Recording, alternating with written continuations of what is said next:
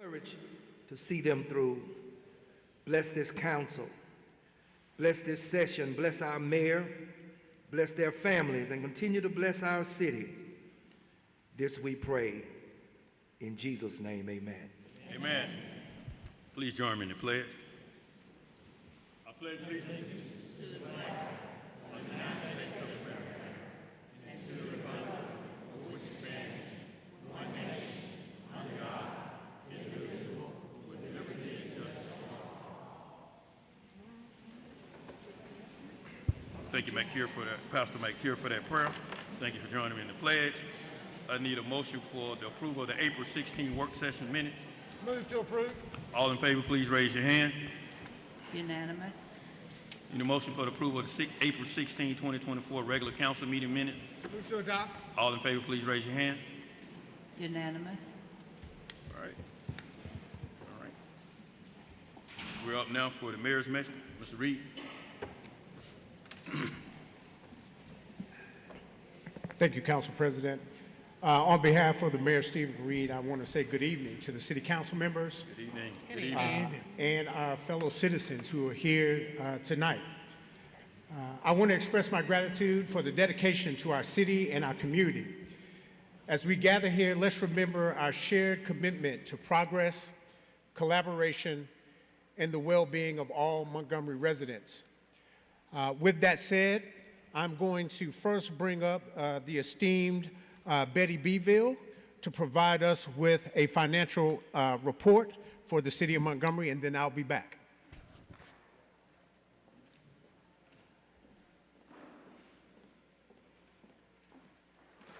Thank you, Mr. Reed. Good evening, Council and citizens of Montgomery. I have 4 slides that will be going up on the screen to reflect the revenue and how it's trending in the City of Montgomery for our city sales and use tax, lodging tax, gasoline tax, and the alcoholic beverage tax. The first slide there is indicative of the collections of the city's sales and use tax for the current fiscal year 2024. As you can see, the growth rate for sales and use tax revenue increased in April slightly over 4%. This was a trend in the right direction since the growth in April was greater than the previous month's growth rate. The growth rate for this revenue source appears to be trending back to those of pre-pandemic levels. Spending by citizens appear to be slowing down because of the current inflation that we have. The cost of goods are more expensive than what they were a year ago. Consequently, this cuts into the buying power of consumers. The increase of 4.12% over the same period in the previous fiscal year amounts to revenue collections of more than $539,000. Year over year, sales and use tax revenues growth has increased 5.39% for the current fiscal year. The next slide is indicative of the city's collections for lodging tax revenue. That declined more than 2% in the month of April compared to the same period in FY 2023. The lodging tax revenue reported by most of the larger hotels in the city declined from the previous month's double-digit growth rate of nearly 14%. The only reasonable explanation is that fewer room nights were being sold, which is usually due to fewer events in the city that required hotel bookings. April's collections were 2.14%, or nearly $38,000 less than April of 2023. This revenue stream, year over year, has a growth rate of nearly Mr.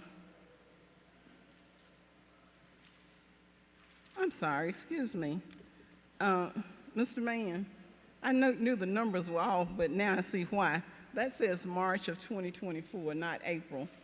So we apologize for that. I did send the slides, but apparently you did not get the ones that you need to have. So that's why the numbers look a little weird up there, okay? So you can disregard that and just listen to my verbal explanation of our collections for the month of April. So if we had the third slide for the month of April, I would next be talking to you about the numbers you would see that relate to our gas tax revenue. We had a decline in growth of nearly 2% in April for this revenue source. This revenue source has had negative growth most of the current fiscal year. Because most vendors are reporting smaller gas tax collections, I can only surmise that travel has not grown to the levels that I anticipate they will be growing to when summer travel beefs up and becomes more prevalent in and around the city of Montgomery. Since we are now at the time when families will start vacationing and as tourism trends upward in the city, this revenue source should move in a positive direction. Year over year, the gasoline revenue has not grown and is nearly 3% or about $46,000 less than the previous year. Finally, the alcoholic beverage tax revenue declined significantly from the previous month of nearly 17% positive growth to a negative growth rate of 5.31% in April. The decrease was due to less alcohol tax being reported by vendors. Consequently, that can only mean that the vendors were not selling as much alcohol as they had in the previous month. Overall, year over year, the alcoholic beverage tax revenue has grown at a rate of slightly more than 1% for our current fiscal year. The budget process for the Finance Department has already commenced for FY 2025. Testing is in process, and it is hopeful that cabinet members and department heads will have access to their budgets in a couple of weeks in order to provide ample time for completion of their departmental budgets. This concludes the financial update for the City of Montgomery on behalf of Mayor Stephen L. Reed. Any questions, Council? Any questions for Ms. Bayville? Thank you. Thank you.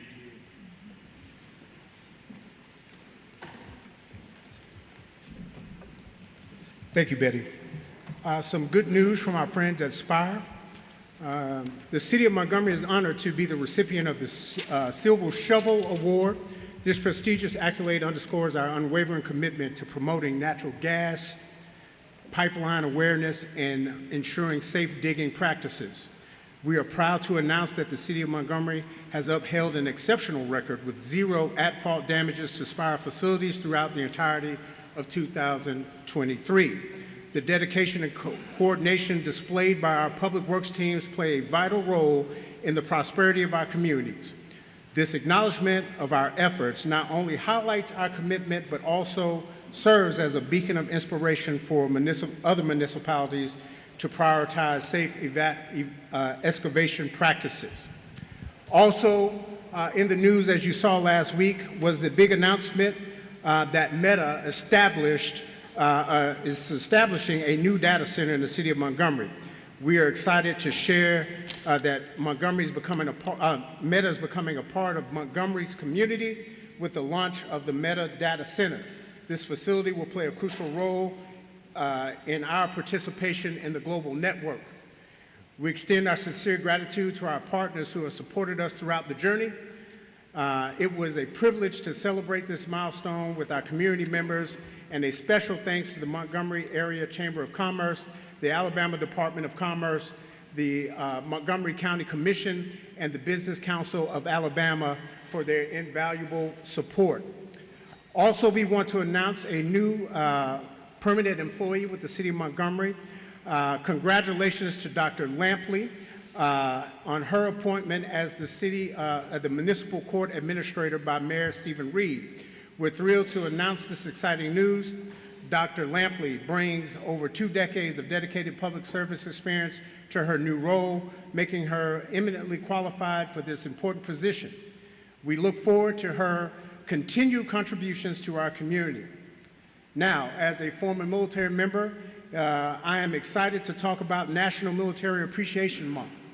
May is Military Appreciation Month, a time to honor the dedication and sacrifices of our brave servicemen and women. I encourage all citizens to participate in commemorating Military Appreciation Month, whether through acts of kindness or simply extending a heartfelt thank you to those who have served in our military and their families. to ensure that they safeguard our lives and our freedoms. So I want to say thank you to all who have served. Also, it is National Teachers Appreciation Month. May marks National Teachers Appreciation Month, a time to recognize and honor the invaluable contributions of educators. Let's express our gratitude to the dedicated teachers who shape the future of our community through their passion, dedication, and commitment to excellence. Thank you to all the teachers who are here and those who are watching virtually. And that will conclude the message for this evening. Thank you, Mr. Reed. Any questions, Mr. Reed? No question? Mr. Reed, I want, if you could, speak on an item for me we discussed in the cabinet meeting about the MOU. If we're at liberty to talk about the things that we're trying to work with law enforcement, with some of the other agencies here in the city of Montgomery. So, and this isn't something that just happened over the past 2 weeks or so, based on a number of the rise of gun violence we've seen in our community, the mayor has reached out to the county commission and also our friends at ALEA. We are working with them to combine our efforts to ensure that we are sharing the burden of policing not just the city of Montgomery, but Montgomery County. So we are partnering together to make sure that we are safeguarding our communities as best as possible by doing it from a collaborative space and also working with Sheriff Cunningham and our friend Hal Parker at ALEA. All right. Thank you. Thank you, Mr. Reed. All right. Coming up, Miss Coach Nancy Boyd and Percy Julian Flag Football Team, sponsored by Councillor Beard. Will you please come forward? Councilors, you each have a, Mr. Chairman, each councilor has a folder that that Coach Boyd has prepared for us, please.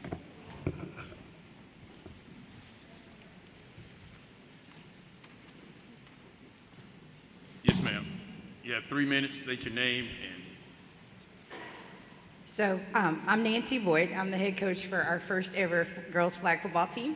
And we also have some of our team members and our manager. We have 31 girls on the team right now. That does not include any of the 8th graders that will be coming to the high school in the fall. We can have 2 teams. We'll have a varsity and junior varsity. We will be playing 6A, 7A flag football, which means it's the same season as varsity tackle football. Our season will culminate at the end if we make the playoffs. We play in the same championship as the boys. So this is the 4th year that the High School Athletic Association has had flag football. We are the 3rd team within NPS, along with some other schools that will be joining. We were able to get a $6,000 grant from the Arthur Blank Foundation to support our program. We're not here asking for money, we're here asking for support because there are 16 colleges, I think 10 of which are within driving distance for these girls where they can get college scholarships. So if people come to games, they support the activities, that's going to increase the awareness for the sport. Huntington will have a team next year, ASU will have a team next year, so it's increasing, it's a lot of fun. These girls already know audibles, they already know defense, offense, zone, man coverage, all that good stuff. We have classroom before we go outside, so if you ever want to come to practice, come and join us. But as a former political science person and a student, I wanted them to be able to come to City Council and see how important that is to share that and how important it is to ask for community support, not just financial support, because that means more in the long run, so that's why they're here. So, yeah. Thank you, Nancy. Any questions? Good job. I got a question. Mr. President, I got a question. Miss Boyd, where are you guys going to practice? We practice outside, right? Like on the band practice field. So we practice, since band's not in season right now, we started practicing right now to practice. When school starts, we're gonna have them in 7th period athletics. So at least twice during the week, maybe 3 times, depending on the odd and even schedule, we'll get to practice. My goal is to practice before the boys get out there because they have to do some other things. We'll practice around that. Or because we're practicing during the summer, we take everybody. Nobody gets kicked off the team, everybody's on the team. If they get kicked off the team, it's because they stopped coming. So if they cheer, play flag football, if they're on the roster, they learn all the offense, defense over the summer. If they can show up at 6 o'clock, when we play at Capitol Heights, they can play. Sounds good. Good job, Coach All right. Boyd. Good job. Thank you, Coach Boyd. Thank you so much. Can we get a picture with Ms. Beard? Yes. Okay. Just come. You get it with the full council. Just come right here.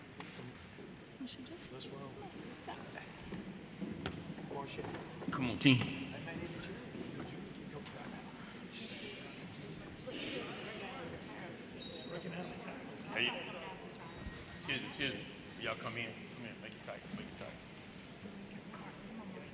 have no flash.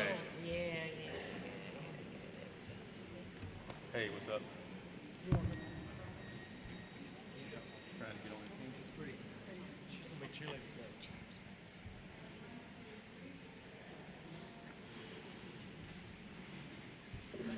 Thank you. Thank you.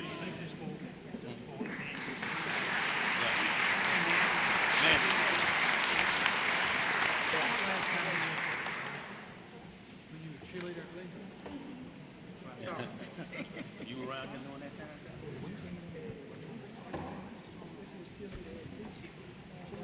Thank you, and congratulations on making the team. Mr. Chairman, Ms. Beard? yes, I'd like to present a resolution. I want to pass it down to everyone before we get started.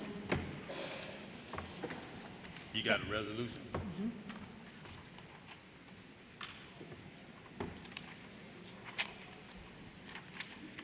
And I think everybody's getting one right now.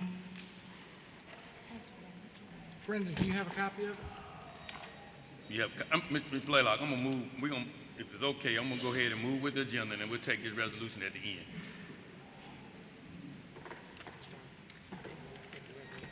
So just hold on to it. Can we take it before new business, Chairman? Yeah, I take it before new business. Okay, thank you. All right, any special committees to report? Any special committees? Nope. All right. Madam Clerk? Mr. President, item 1, hearing on proposed ordinance rezoning one parcel containing 22.03 acres located on the east side of Ashton Road, 300 feet south of Atlanta Highway from an R2 district to an R20T district with restrictions. Okay. On the public communication roster agenda items, I have Mr. Kenneth Woods.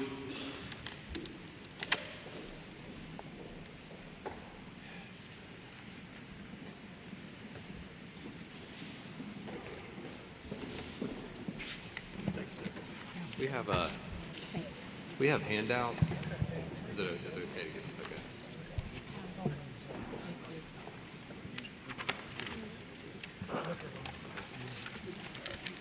We were sent the PowerPoint if you want to show the PowerPoint. Thanks, sir. We were sent the PowerPoint if you want Oh, to. that would be fantastic. Okay. Yeah, probably.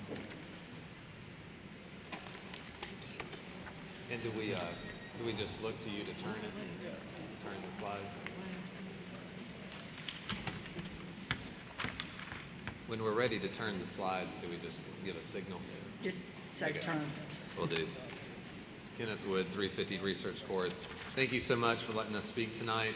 After the Planning Commission, we had a lot of different discussions with the neighbors. There were a lot of neighborhood comments, and we want to talk through the changes that we made from that meeting and the way we proceeded to kind of approach the project and look through.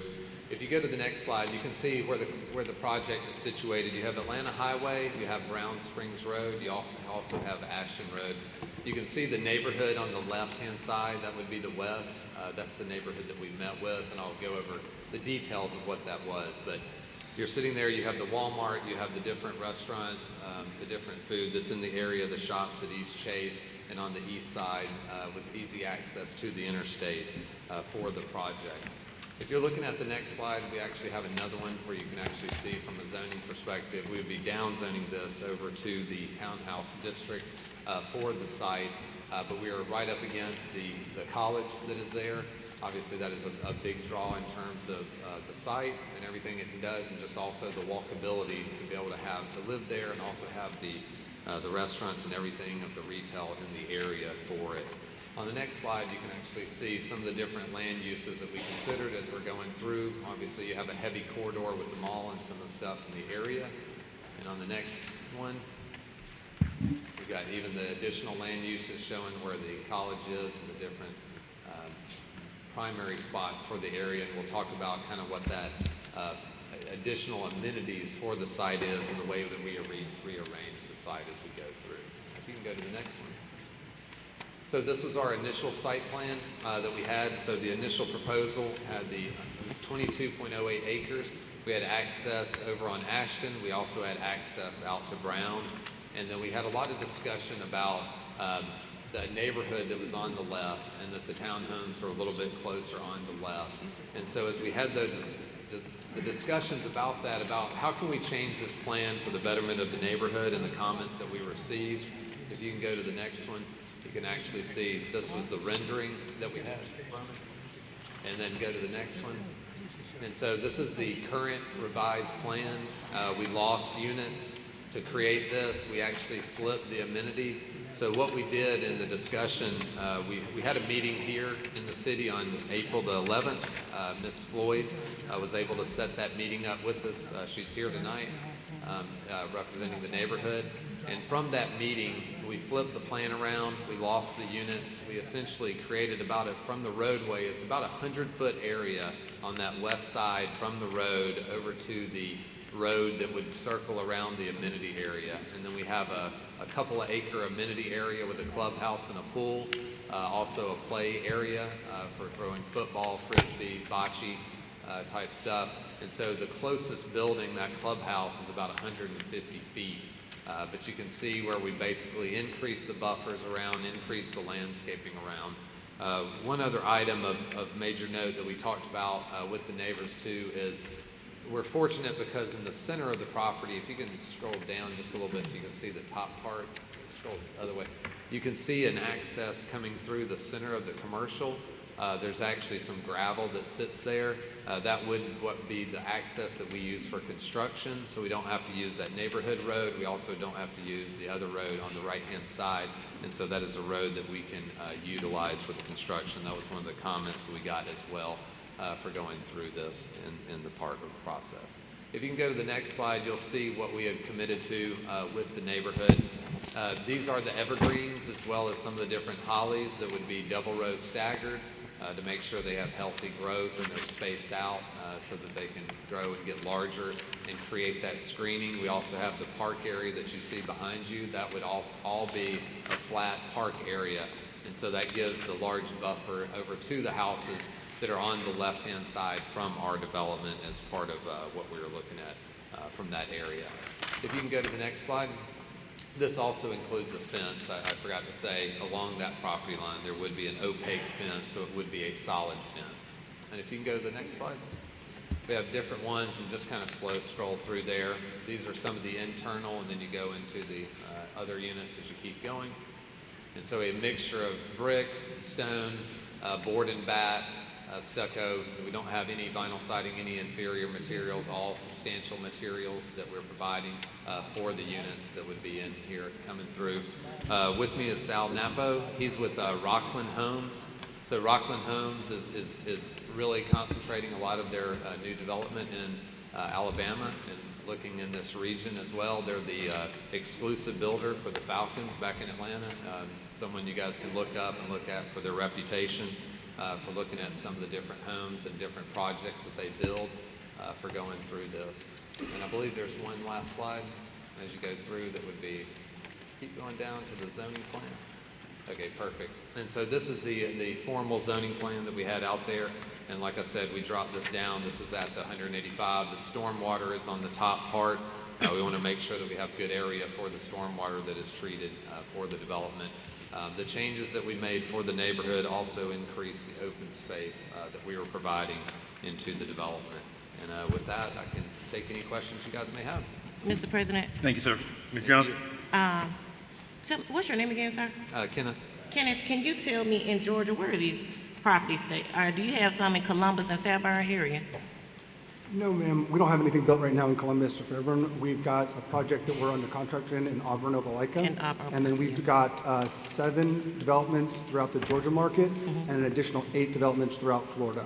So we're also very active right now, currently looking in Greenville, South Carolina. So we started as a local Atlanta company, and then we do about 1,000 homes a year and have liked to scale and grow, and we love our neighboring states. And so the city of Montgomery and y'all's growth, we love the fact that our seller is actually Auburn University. They own the site. Now, we're not a part of their campus, they're just the sellers, but they're in support of us. And we love being over by the shops at East Chase. So, you know, also my little brother went to officer candidate school in Montgomery, so it holds near and dear to my heart. So, and I run our land acquisition. Thank you. Now, let me ask you this. I see on one of the slides where it says single-family rental homes. Approximately what's the percentage of properties that you'll be renting? So with current inflation rates, what they've done in interest rates, there's been a very significant hardship on home ownership. I think everyone kind of knows that right now with current rates over 7%. So what we've started is on our developments, we build the same caliber. I actually build a higher caliber of home than traditional rental homes,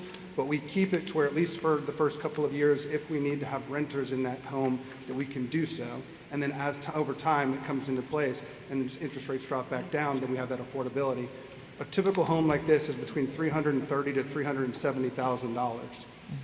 Roughly 18 months ago, that mortgage would have been about $2,400 a month. Right. Given today's current mortgage rates with HOAs and taxes, that's now over $3,300. Right. What we're doing is trying to make sure that as the owner right now that we can go and build these and build the same caliber for about $2,400 a month from a rental perspective. Okay. And then as the owner, we have the ability in another couple of years, as markets change, to be able to sell the homes to those same homeowners or additional homeowners if they would like. In that $2,400 a month, will they be paying into the HOA? Will you have HOA? Yes, ma'am, because that HOA, per the Planning Commission's requirement, has to be there. And we would want that in place either way, whether we own the entire development institutionally. We have a partner in Goldman Sachs and Morgan Stanley from a capital perspective. So whether we own it institutionally or it becomes sold to homeowners, that still has to be in place. It's just whether you're paying your own HOA or somebody else is paying your HOA. And the amenities and, again, property taxes. None of our, just so that you understand something about Rockland too, all of the maintenance and the landscaping is all taken care of by the owner of the HOA. So you don't have to worry about someone not cutting their grass or not replacing their shutters with an attached product. Obviously that can start to look rough, 10 years, 15 years down the line. So the maintenance and all of the capital expenditures are built into that HOA assessment. So that we're always, again, you drive in, it's always freshly cut, it's always freshly painted, the roof's always taken care of. And what about the insurance for those renters? The insurance, the way that works is, well, if we own them, then we're paying for the entire insurance. If it goes to an individual and that person purchases a unit, then they would be responsible for what's called a walls-in policy. So the homeowners association would be responsible for all of the exterior, the roof, all that, and then just kind of like a condo policy. I have a townhouse in Atlanta myself, and so you're responsible for that. And between the two of those policies, it comes out to the same amount of money that a single-family, insurance policy would be. It's just held by two different entities. So, and that's how you can mitigate risk, basically, by having the attached walls. Mr. President, I got a couple of questions. Mr. Graham? Kenneth, first thing, the neighborhood to the west had no problem accessing over there on that side? No, sir. And when we met with the traffic engineer, if I remember correctly, we actually aligned the roads, and we're going to end up having to do a traffic study during that time. Gotcha. I'm sure that will require a stop sign to be done because it'll become a four-way stop. But the roads actually line up so that you don't have any sort of sight issues or accessibility issues. Second thing, can we get you guys to put in some cameras that our police department approved? Mm-hmm. Absolutely. Up right on front, I think they probably get an access camera for about $4,000, 5-year warranty. Are they the ones that read the license? No, that's a tag reader. These would just be normal cameras that they could see from the police department. I will tell you, absolutely. We want everyone to be safe, and so if that's something that it makes sense, absolutely, we're happy to do so. Thank you very much. Yes, sir. And last question, Mr. President, is this a gated entry or will this be open entry? We prefer for it to not be gated with the access how it is right there. I mean, obviously, if you guys would require us to, we're not against it. But what we found is a lot of times when you gate it, then for emergency services, or if you want to deed the roads back to the county or the city at this point in time, that it becomes hard to do so. But if it's something that you certainly require, then we're here at your disposal. Thank you. Yes, ma'am. Any other questions? All right, need a motion? I move to approve. All in favor, please raise your hand. Unanimous. Council, I need to ask, do you want to make the amendment part? Do you want to amend it to add the cameras or just let it be? Yes, amend it to add the cameras. Okay, we're going to need to make a motion to amend, All right, to add need a motion? cameras on frontage. Make a motion to amend. All right, vote on the motion to amend. All in favor, please raise your hand. Unanimous. Now the motion to adopt. as All in amended. favor? All in favor, please raise your hand. Unanimous. Thank you, All right. Council. Thank you, guys. Thank you guys very Good luck much. with your Have a good project, evening. sir. Item 2, hearing on proposed ordinance rezoning one parcel of land containing 4.1 acres located on the west side of Cusada Ferry Road, 800 feet south of Maddox Court, from a flood hazard and R50 zoning district to an R99S district. Representative for item number 2, please come forward.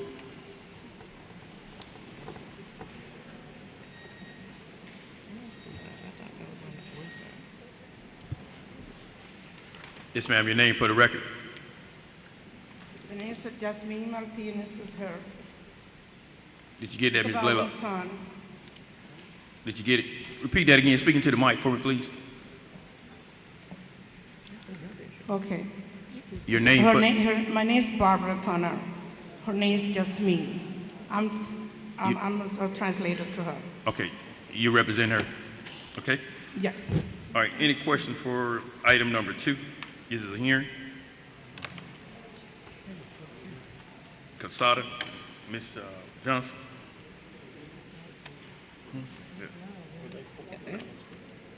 Yeah, they for it. Looks like Yeah. they for it. Yeah, I guess it's all about me. All right, any questions, Ms. Johnson? You just put one mobile home right there? It's about rezone. Rezoning the Yeah, place. no problem. All right, no problem. Okay, any other questions? All right, need a motion? Opposition, Mr. President, you need to ask for opposition. I didn't hear you. Okay, oh, I'm sorry. Anybody would like to oppose this item number 2? All right, public hearing has been held. It's proper before the council. Need a motion? Motion to approve? All in favor, please raise your hand. Unanimous, ordinance is adopted. Thank you. Thank you, ma'am. Item 3, hearing on proposed ordinance rezoning one parcel containing 27 acres located on the north side of Highway 80 East, 2,000 feet west of West Ferry Road, from an Act 1 district to an M1 district. Unincorporated, that's why I'm confused. All right, representative for item number 3, please come forward.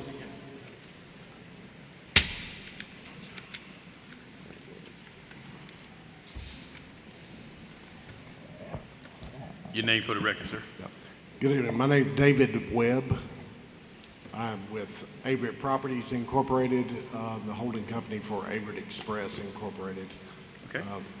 We are currently under contract on this site to buy this, and let me preempt my statement. I'm here to answer any questions you may have, but I'm going to ask that you do not vote tonight because my closing has been delayed till next week, and the owner has asked that we do not rezone it until we Till you take close the ownership. property. Yes. Okay. I tried to accomplish that beforehand, but was unsuccessful at this point. But Averett Express operates a trucking terminal just down the street, just west of there on US 80. We're currently on a 6.2 acre lot. The parcel we are rezoning out of the master parcel is 21.3 acres. So definitely growing our business here in Montgomery and seeking to build a bigger and better facility than we currently have. Okay. Anyone have any questions? Item number 3? I'm good. All right, well, we're going to carry it over for 2 weeks. Opposition, Mr. President. Oh, sorry. Anybody want to oppose item number 3? All right, thank you. Public hearing has been held. We'll carry this over for 2 weeks. Yes, sir. Thank you, sir. Item number 4, 30-day review of Club G's at 1187 West South Boulevard. All right. Representative for Club G's, please come forward.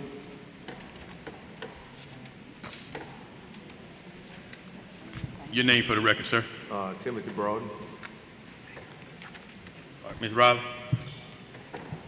Good afternoon. How you doing? Quick question. Have you tied your system in with Star Watch? No, ma'am. Why haven't you? Because I'm not in the state of Alabama. I'm in Georgia right now. I can't hear you. What you say? I said I'm not in the state of Alabama.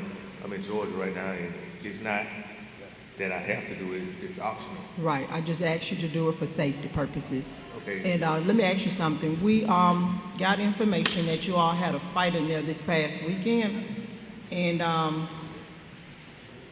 the call came into the police department as, I want to read exactly what it came in as so you can understand what it was.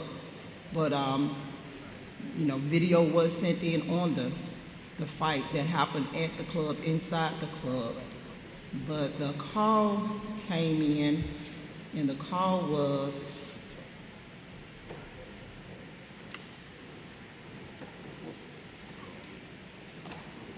multiple suspects in the parking lot. Do you know anything about that fight that was inside your club? Yes, I know about the fight. Can you tell me how did y'all control that? We did control it. We got them out. We did the proper procedure.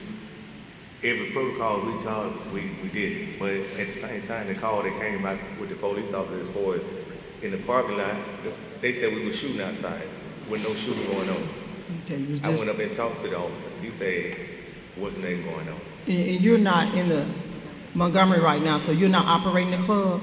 I'm So who- operating it, but I come in town on the weekend. I can't hear you. I come in town on the weekend. Oh, you come in town on the weekend? Yeah. Okay, I'm gonna ask you again, I need you to tie in with the Star Watch system. It's very important because we wanna bring revenue in, but we wanna have safe places to go.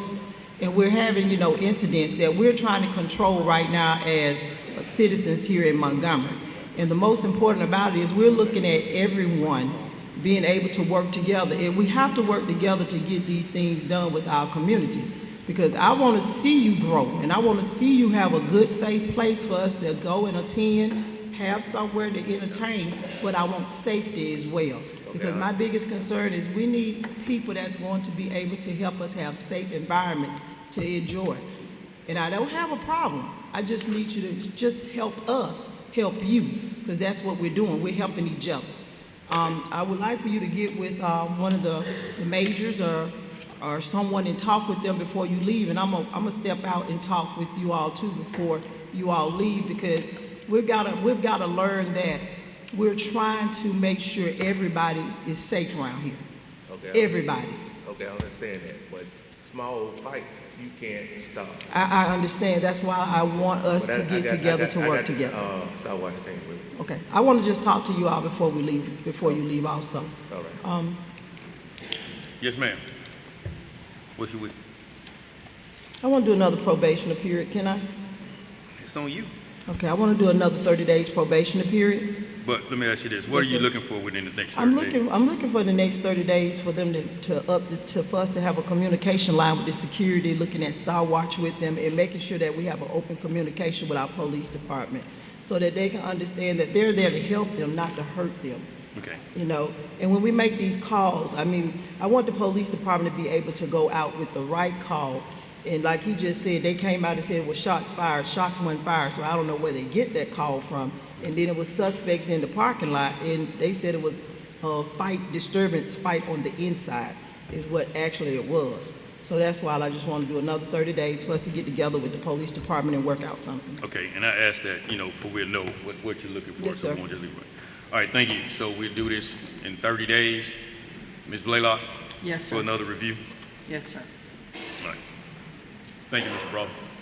Item 5, 30-day review of Truth Bar and Grill, 305 Airbase Boulevard. All right, the owners for Truth Bar and Grill, please come forward. Truth Bar and Grill, item number 5. Representative for item number 5, please come forward. All right, I guess we'll move on. What do we want to do with this item? You want to give them 30 more days? 30. She's gonna do 30 more days on a review. And I Carry think, over another 30 days? yes, and I think in the review, I guess the same question that she's asking for Club G's, something specific that we want to know so when they can come, we can measure those type things as they come back before the council. Okay, what specifically is she asking for? Tell them what you need. We just want to make sure we're being in a safe environment, seeing that they've been tied in with Star Watch, or they're making their communications with the police department. So we could all we just want to work together. And I mean, I'm gonna reach back out, I'm gonna call her as well and see, what we can do to assist. Yes, ma'am. Thank you. Item 6, 30-day review of U.S. Food Mart and Beauty Supply, 3810 South Court Street. All right, representative for item number 6, please come forward.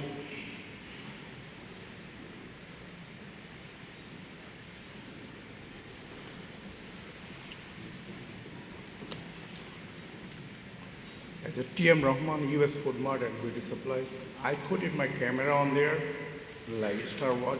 Also, I try to clean the parking lot every day at a time. Also, no discrimination on it. Okay, Ms. Riley? All right, thank you, Mr. Tim, for doing the things that you said you were going to do, making sure you keep that area cleaned up like you've been doing. I do. I do need you to make sure you watch them going out there making a car lot, washing cars. That's against the rules. They do not have a license to wash cars in that parking lot as well. So make sure they don't do that, okay? Also, I want to acknowledge, I know you had an incident where you got robbed. And I know the police did assist you on that. I want to thank you for being able to have Star Watch that was able to let them see what was actually going on and how that happened. And whenever you see something, make sure you continue to dial 911, let them know, and you can also call me. So I have an open communication with you, okay? Yes. And thank you, and we're good. All right. Item number 7, application for a towing company doing business as Edwards Hauling and Towing, no physical address. Representative for Edward Hauling and Towing, please come forward. On the public communication roster, agenda item, Ms. Avis Lewis.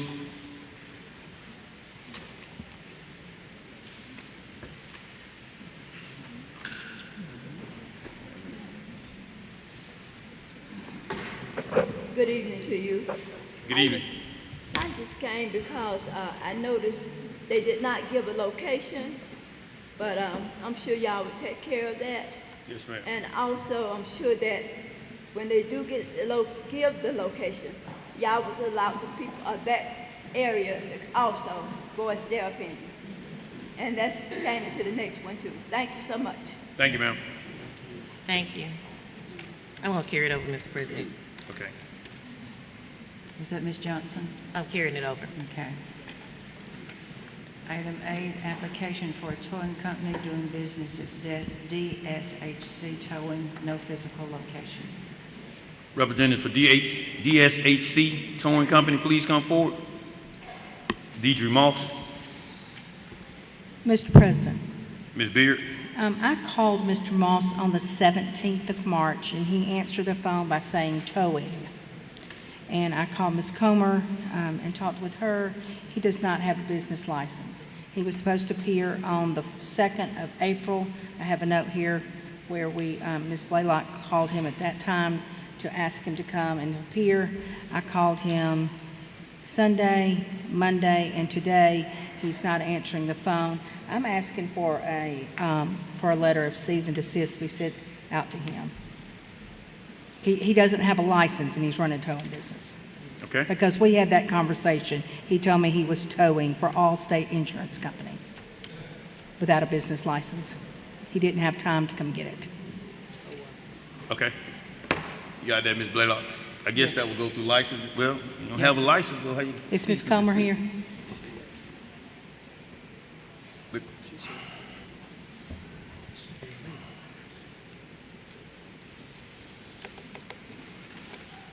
Ms. Comer, we talked about this. I think this is what you suggested that we do, send him a letter, correct? A cease and desist letter? Yes, ma'am. As long as we have a current address, we can. Yeah, He's not licensed, so we don't have one in our system.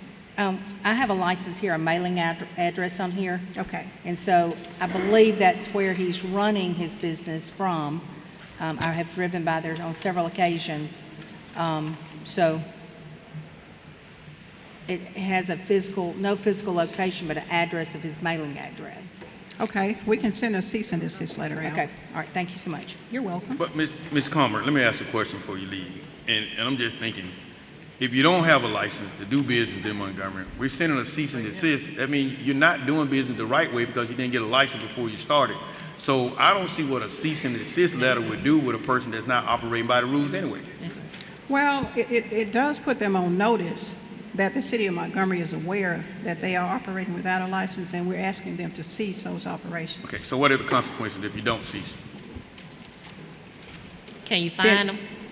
Well, yes, we probably can take them before, Stacy, you may want to answer this, but I Help me think we can understand take this. them before municipal court. Once they don't comply with the cease and desist, then the revenue officers can go sign a warrant against them in municipal court, and the court can fine them. They can lock them up to 6 months in jail if they want to. Okay. Mr. Mr. President, Mitchell.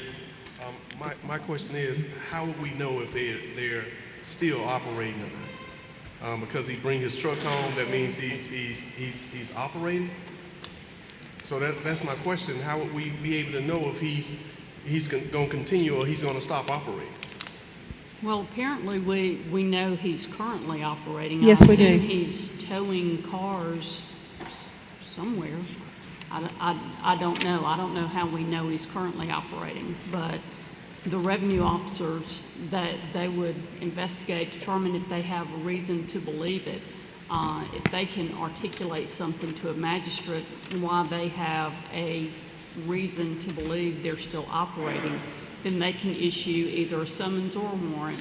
The owner is then brought into the court and he can defend himself. If he can prove he's not, then that's one thing. But, you know, that's one of the issues we've had with some of the businesses we know. They're the clubs that are operating, they're operating without a license. And Ms. Comer can speak to it also, but because they don't have the staff that works at night, they don't have any revenue officers who can go in, witness it, and then come to court and testify that these businesses are still operating, and that's what they've got to be able to do. But not only witness it, they're asking for proof as well. So we will have to ascertain some type of proof as well, not just witnessing. But Mr. President and Ms. Comer, he has been asked 3 times to come. He told me he was towing cars for Allstate Insurance. He doesn't have a business license at all, and he's not coming down here. Where is he towing them to? He just said 2 different lots, is what he told me, because when he answered the phone with me, towing, and I told him who I was, and he said he hadn't had time to come get a business license. That's been 3 meetings ago, so that's almost 6 weeks. Council, can I make a suggestion? Yes. Make a motion to deny the resolution, giving him a business license. That ends the discussion. I make a motion to deny the business license. All in favor, please. Please raise your hand. Unanimous. Resolution is denied. Ms. Blaylock, let me ask this, because I think what's might be happening, what's the problem is, he might have a license in another city, because when you think about it, if you have a contract with Allstate, you know, you got to have some kind of license that you're doing business. You just don't have a business license in the city of Montgomery, and you pulling cars to and from with no physical address. Unless he has one with the state. Yeah, so we look into that one. We'll get with you on that, Faye. That will come in that other stuff, Ms. Comer. Okay. Thank you, Council. Item 9, discussion regarding MPD salary increase to be funded potentially by increasing garbage fees or public safety tax. All right, this was an item that was in the Public Safety Committee. Mr. Pruitt is out, so you want to lead this conversation? Yeah, and if anybody's got a question, first of all, your garbage fees are not going up tomorrow. They're not going up, period. Second, we have, to Montgomery Police Department, we have 3 or 4 scenarios that Betty has come up with that we think we can do without going and raising taxes and raising fees on people. So what I want to do, Mr. Calhoun, is to put those scenarios back into the Public Safety Committee. Let us take a look at them and let us recommend, hopefully at the next council meeting, a pay grade that we think we can afford, that Betty approves of, that we're not going to go broke doing this. Okay. Now, on our public communication non-roster items, on this item number 9, I have Avis Love, Mary Williams, Jean Elmore, Mr. Zach Butler, and Shauna Gamble. If you guys could just come up and speak on this item. Do you want me to time, Mr. Yeah, President? there's a total. This is a public communication on an agenda item, so we can allow a total of 10 minutes. So if you're going to be repeating the thing, it's a total of 10 minutes. So I got 5 people. If you guys want to split your time on 2 minutes apiece, I'll be more than welcome to do it, honor that. All right? I want to So say, 2 minutes per speaker, Ms. Blaylock. You said Avis Love. Yes, Avis Love is the first one on the list. Okay. I want to ask you, please, I know you have selected people that you say will be speaking on this, but is it any way possible you can give the people maybe a week to turn in suggestion also, please? That's my thought. Thank you. Ms. Avis, look, we're going to put this in our public safety committee. There will be a date announced on the public safety committee when you can come out and have your input at that time when we discuss the full proposal that we have for the thing. So that'll be announced by the clerk office when that date is set. Hey, Mama Love, happy birthday. I heard your birthday on Kevin Elkins' show this morning. Happy birthday. Yes, God have blessed me with 73 years. Girl, get out of here. You look 37. Get out of here.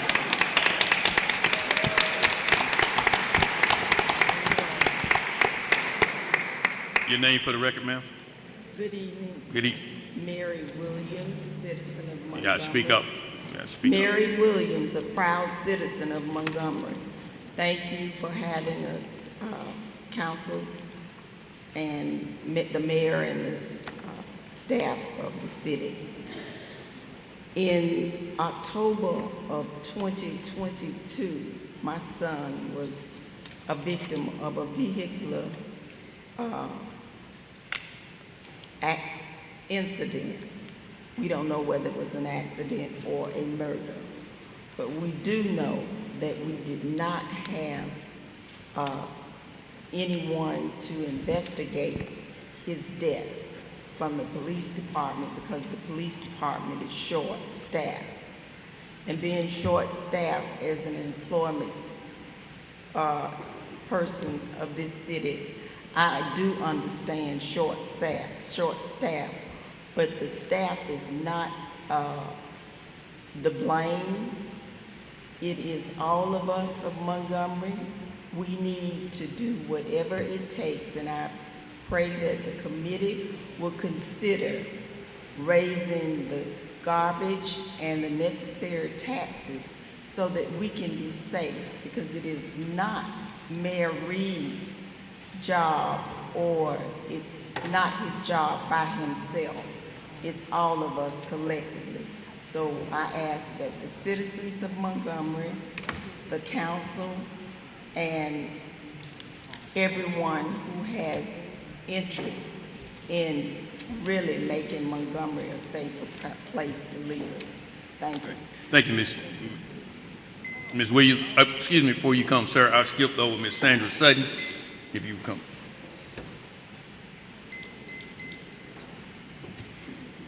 Who is this speaking? Sandra Sutton. Good evening, City Council. My name is Sandra Sutton, and thank you, Mr. Calhoun, because I was sitting there, I was like, I know I signed up. But I just want to speak on behalf of the citizens of the Brighton area. I am currently the Brighton Area Homeowners Association president. And what I've heard in our last meeting is that a resident made a 911 call and no officer came out. And I've also heard from another resident after the meeting that a 911 call was made and no officer came out. I'm currently going through the Citizen Police Academy. And in going to the 911 call center, we were told that they are staffed for over 50 employees, and currently they only have 20-some employees. Public safety is a big concern for the residents of Brighton, and being able to make a 911 call and get an officer to come out. Also, I've been hearing that in going through the academy, the Police Citizen Academy, that the police force is down by maybe 100 officers. They don't have enough police officers to work the city. And salaries need to be increased. Officers that are currently there are leaving and going to work in other places. So I know public safety is item number 9 on the agenda this afternoon, but I beg you to make it number 1, a priority, a high priority for the citizens of Montgomery. Let it be item number 1.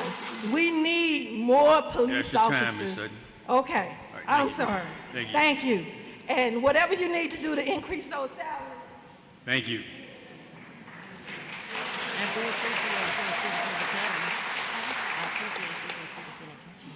All right, your name for the record, sir? Good evening. Gene Elmore, retired Navy Chief Petty Officer for 20-plus years. I too lost a brother a couple of years ago to gun violence.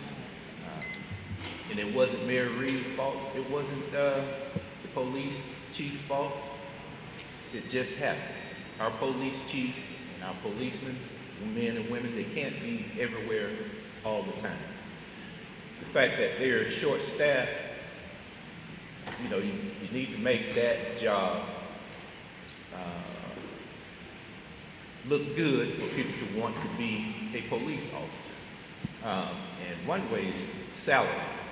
And I don't mean just hire anybody off the street. We have to deal with the mental health portion of it, make sure that they're qualified to carry a gun, and re-qualify and seek therapy if there is an incident.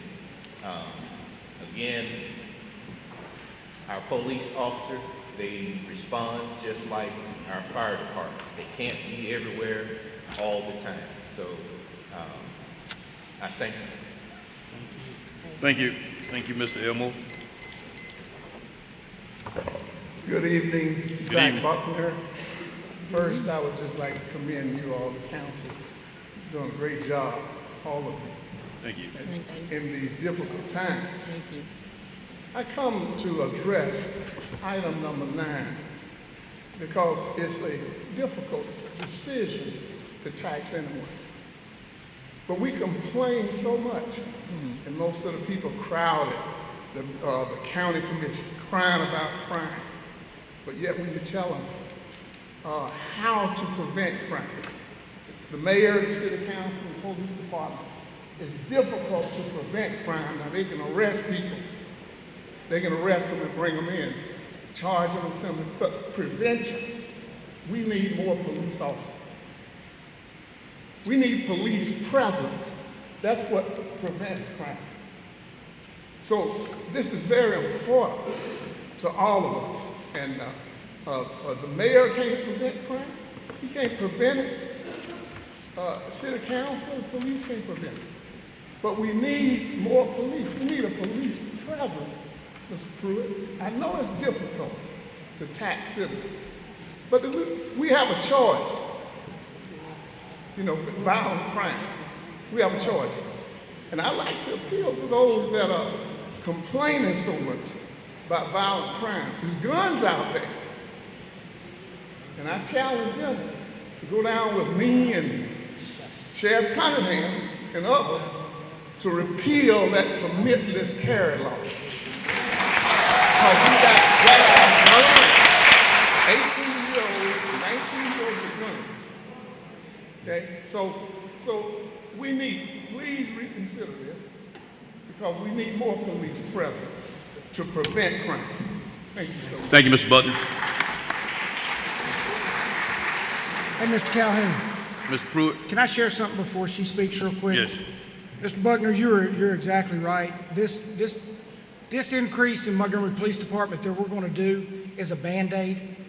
We have to, Mr. Reed, we've got to get this next chief of police. We got to get this right. But we also, as a city, and you guys are here tonight, and I'm glad you're here, we've got to look at our pay structure all across the scale for our public safety department. And it's going to be a difficult choice. You know, we've left out, and I see Chief Jordan in the back, we've left out the fire department because our police department is in such dire straits. And I understand money's not all the issue. We've got to have leadership and we've got to have direction. Somebody told me one time, money cannot buy you happiness, but it can buy you a big enough yacht to pull right up next to it. But the moral of the story is there's a public safety tax. A lot of the cities across the country use the sales tax. We can't do that. We're so regressive. We have 55 or 60% of our budget comes from sales tax. So what I would like this council to do in the public safety meeting is to start looking at a referendum for you, the people, us, me, and vote on it if we really want to have one of the best public safety departments in the state of Alabama, and that includes fire. Because if I call 911 and somebody's breaking in my house, I want them to show up. If I call 911 and having a heart attack, I want them to show up. So ain't nobody more important than the other. I think the one that we're leaving out is the 911 operator. If she or he don't answer the phone, ain't nobody coming. So we have to look at it as a city, and it's the world we live in, people. If we don't pay these men and women like doctors and lawyers, y'all gonna be sitting out here every month saying we ain't got enough police officers. So I want that committee to look at the public safety tax as a referendum, not anything we're gonna do in the middle of the night, and we're gonna put it on our shoulders, the city, and see if we wanna support our public safety department like I think we want to. Thank you, Mr. Thanks, Pruitt. Mr. Calhoun. And I want to add something that Mr. Pruitt didn't mention, and Mr. Butler mentioned that. You know, our Sheriff Cunningham and all the law enforcement across this state was at our state legislature about a year ago when they passed this permitless carry. And we're running around town, everybody's packing out the city hall. We take the responsibility as leaders in the city to do what we can. But the legislators need to be holding the blame for this. Because we're saying we pull over, our officers can pull over someone, they don't have to have a permit, the gun is in their car and they ride down the street and commit the crime. I don't hear nobody was coming down. Our sheriff asked it, now we're talking about partnerships with Aaliyah and all these things, but we didn't come out to do the cry beforehand. That was to prevent some of these things that's happening within our community. Sheriff Cunningham said if we don't stop this, if we pass this law, then the cities throughout this state were going to be left to clean up behind the mistakes that they made. And so what we're talking about, Representative Ingham is proposing that now to repeal it with 2 days left in the session. 2 days. So if we don't get a special session called by the governor to come back and address these issues, we're going to be facing this another year. We hear you cry. No one sits in this office and represents these seats. We live here in Montgomery also. Yes. We see what goes on in the street, but we can't stop this by ourselves. You know, this was put on the cities to police this up, and we're short. And we're trying to do everything we possibly can. No one up here want to see the streets in the city of Montgomery like they are now. So we need your help also at the state legislature. Pick up those phones and call our local delegation, those legislators, and let them know that you have a concern about this, because it's affecting where we live today. So thank you. That's what I had to say about that. Now, I have a couple more. I apologize because some people signed up and then put a number. But out beside I see PS, so I guess that's public safety.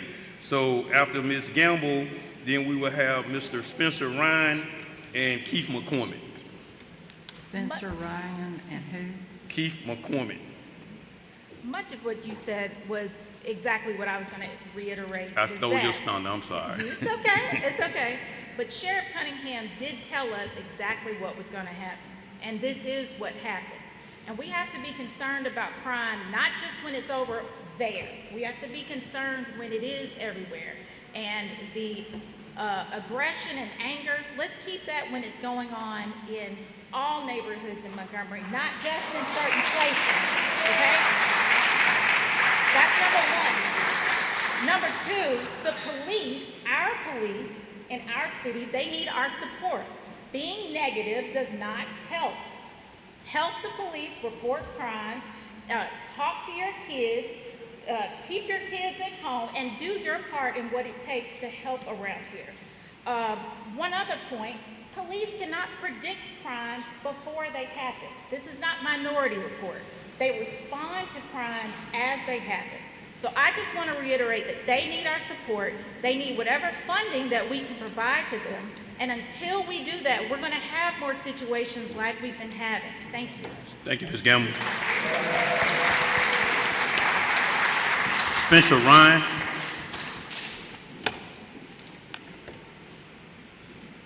Yes, sir, I will be more than happy to speak now. I thought we'd be at the end with community comment, but Mayor and council members, thank you for this opportunity. One thing I want to first clarify that was put out on social media about the group that we have put together to express our views on crime in the city in support of the council and the mayor. It was a simple thing yesterday that said they're going to try to railroad Stephen Reed tomorrow at 5 p.m.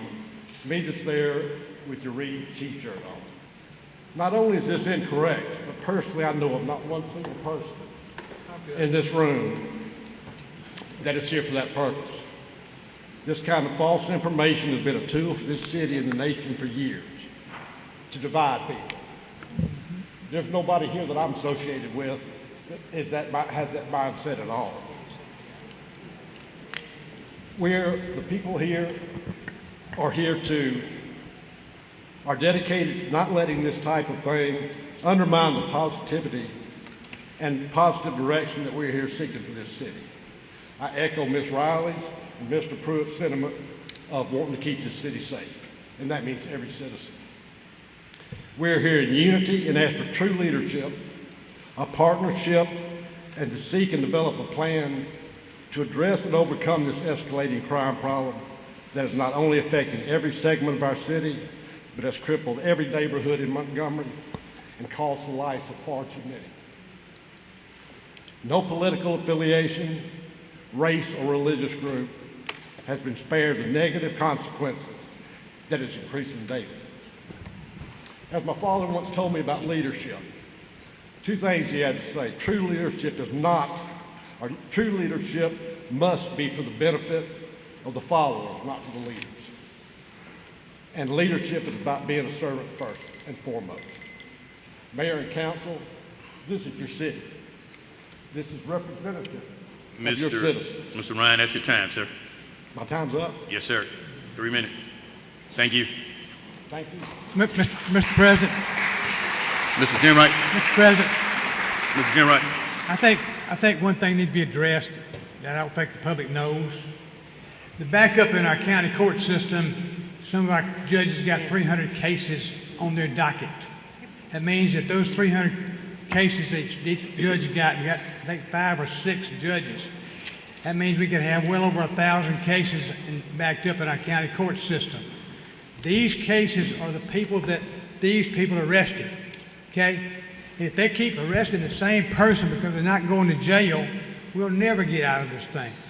I know for a fact that the county commission chairman, Singleton, is talking to the county judges right now, Judge Grimes and other Judge Gaines and others, to try to come up with a way to reduce this backlog, because that's where our real problem is at.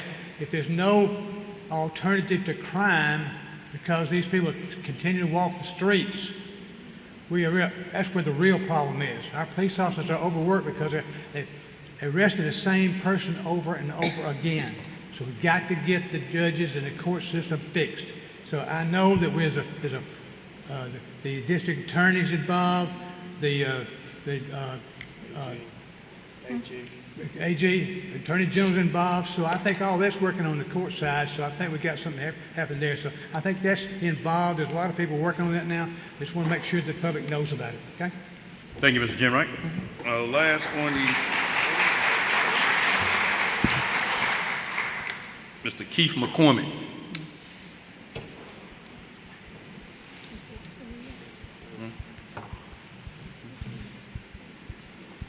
Hello, everyone. Hello. Thank you for having me.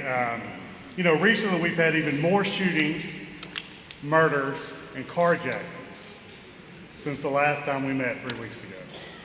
124 crimes have been committed since the last time we were in this room together. That is according to your crime mapping tool, which is great information. The problem is, I hate the mayor's not here today. We haven't seen him. Where is he? Is he hiding? Because a good proactive way to get in front of this is to be seen. We have heard many people say we need police presence. Where's our mayor? I asked that. You have a Department of Violence Prevention. Keith L. Moore runs that department. I would like to go on record asking to understand the duties and the strategy of that department.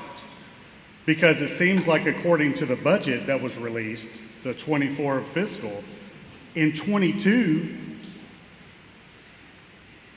you had an amount of $183,532 spent.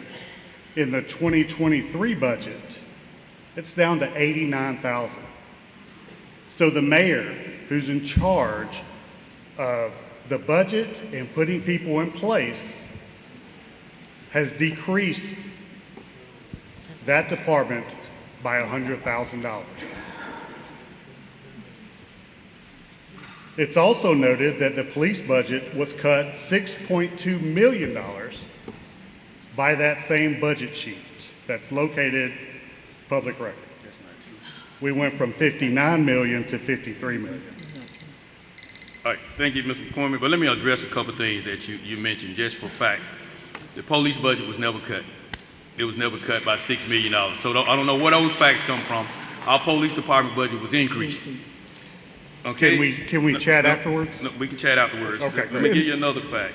And not saying this council, this mayor, or anybody in this thing. The mayor being present on the streets is not going to stop crime. Yes, it will. I disagree. Well, he's not bulletproof. So let me just put it this way. No one on this council, as I said earlier, we all are trying to fight this as one we're pushing the same Are direction. you? Let me ask you a question. First of all, you don't live in Montgomery, so I don't know why you complain in Montgomery. So let's get this straight. So I'm not going back and forth with you. I'm just trying to keep things straight. When people from the outside of this community come in and want to point blame at Montgomery, I'm not going to tolerate it. I can't hear you. But if you listen up and let me talk, I'm going to make sure I'm being heard. I'm not going to be disrespected. Thank you, sir. Okay, your time is up. Bye. So what I'm trying to tell you, you come in and you make all these complaints, but you don't hear the truth. You're part of what the situation is going on in the city. Everybody on the outside want to point blame, but you're not pushing. You come in here to point fingers at people. We're trying to push in the same direction to move this city because we live here. We live here. Every day. Every day. Every day. And I walk and ride these streets every day, and I don't fear for anything. That's right, Mr. President. Anything. That's right. It's my time. You can keep talking back. I can ask you to leave, sir, because I'm not going to be disrespected. I'm talking to you. Mr. Keith McCormick. Okay, thank you. You said it. I'm just clearing up some facts for you, sir. Not going back and forth, which I want you to tell the truth. The police budget was never decreased.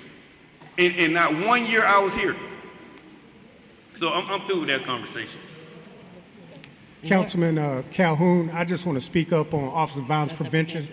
The budget that you see there is what's in the general fund. The Office of Violence Prevention is mainly funded by grants, so it will not show in the general fund.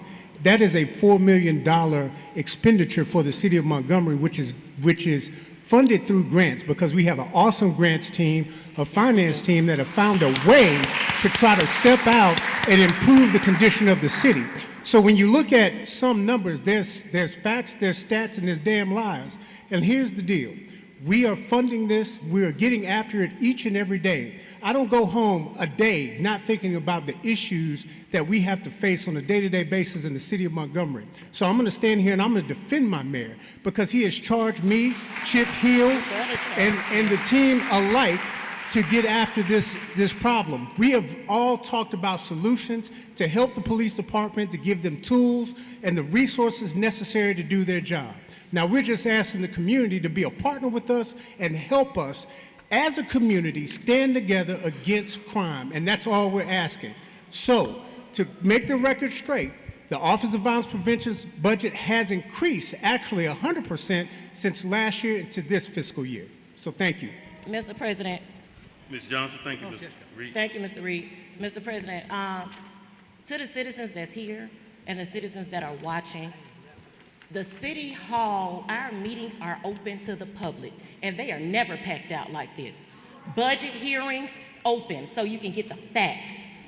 If you live in the city of Montgomery, like every city council sitting up here does, to run for these seats, we have to live in the communities that we represent. I have a child, and at night in my community, North Montgomery, we're ducking and dodging bullets just like you. Everything that you experience, we experience. Your family is harmed, so is ours. We're from here. We are woken up every night, so you don't have to tell us what the facts are about crime. We get alerts on our phone every time one happens. 2 a.m. in the morning, we're receiving those phone calls from people who are afraid to call 911 for retaliation, thinking that we're gonna run to where the bullets are. But we're not police officers. We're not running to the bullets. So if you have a problem in your neighborhood and in your community, dial 911. That's the first step. So the police officers know what the hot areas are and the crime is. Secondly, just like you're packing City Hall, show up to our nonprofit organizations that are helping in the communities that need it, the kids that need it. Show up there. If you don't want to and you're not able to show up and you have the money available, donate. They need donations every day, and our budget cannot afford to run their operations, but yours can.